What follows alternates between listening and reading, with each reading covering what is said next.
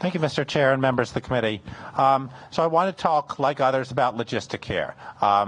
The reason we've all heard the Logisticare it's a very bad deal for the state, but CMS, the Federal Centers for Medical and for Medicare and Medicaid Services, requires that that RIPTA could not continue being both the broker and the operator. So we hired Logisticare to be the broker. Now,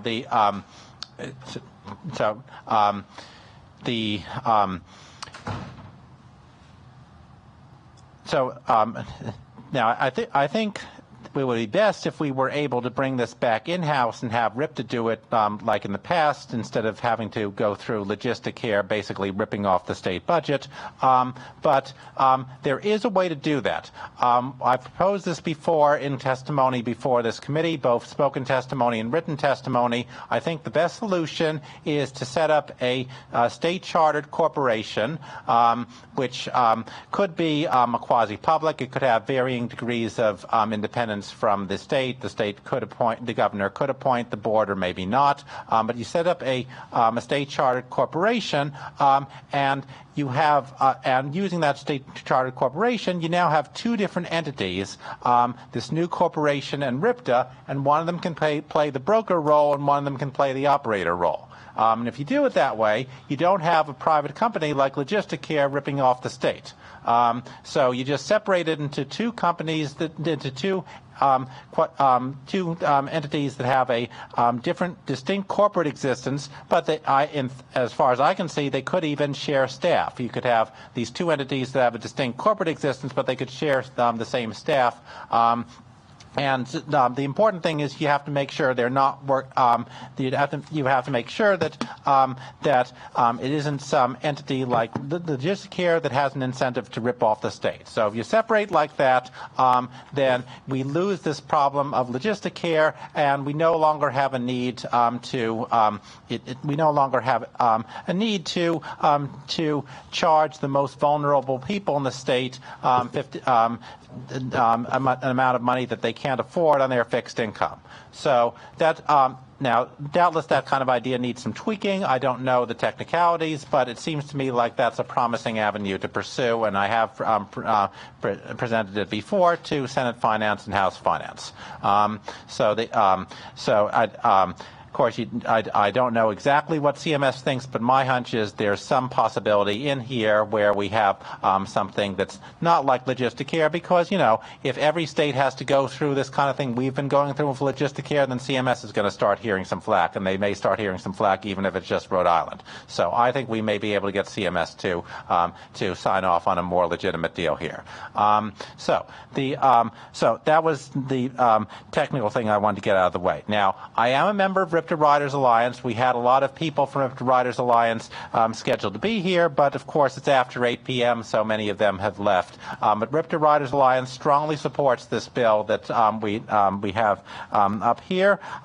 As many people have been saying today, and many people have been saying in RIPTA's hearings around the state at the end of last year and at other times, many people have been saying it's devastating to charge people this much when they're already living on a fixed income. This is not benefiting people. This is not something that's affecting people who have money to spare. It's affecting people specifically who are low-income seniors and disabled. And we have exactly the same policy in Rhode Island as other states have that do this kind of thing. Illinois has the same procedure.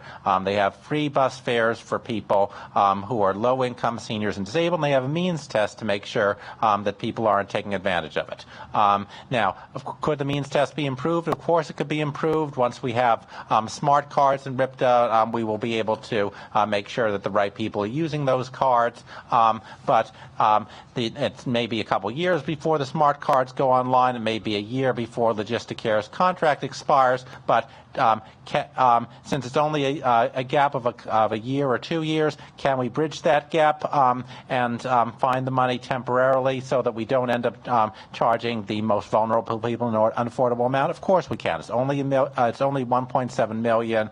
We can find the money to do this. It's the Roadie Pass program that people have been talking about. It costs 1.5 $1.5 million. I think the money would be better spent on this. And I know that I just can't believe some of the heartless things that I've heard a couple people say about this. They say, I'm almost done. Yes, I'm almost done. They say, why should Rhode Island do this? Rhode Island is an outlier. We don't have to be ashamed of being who we are in Rhode Island. We don't have to be ashamed that we're more generous than a lot of states because we're doing the right thing.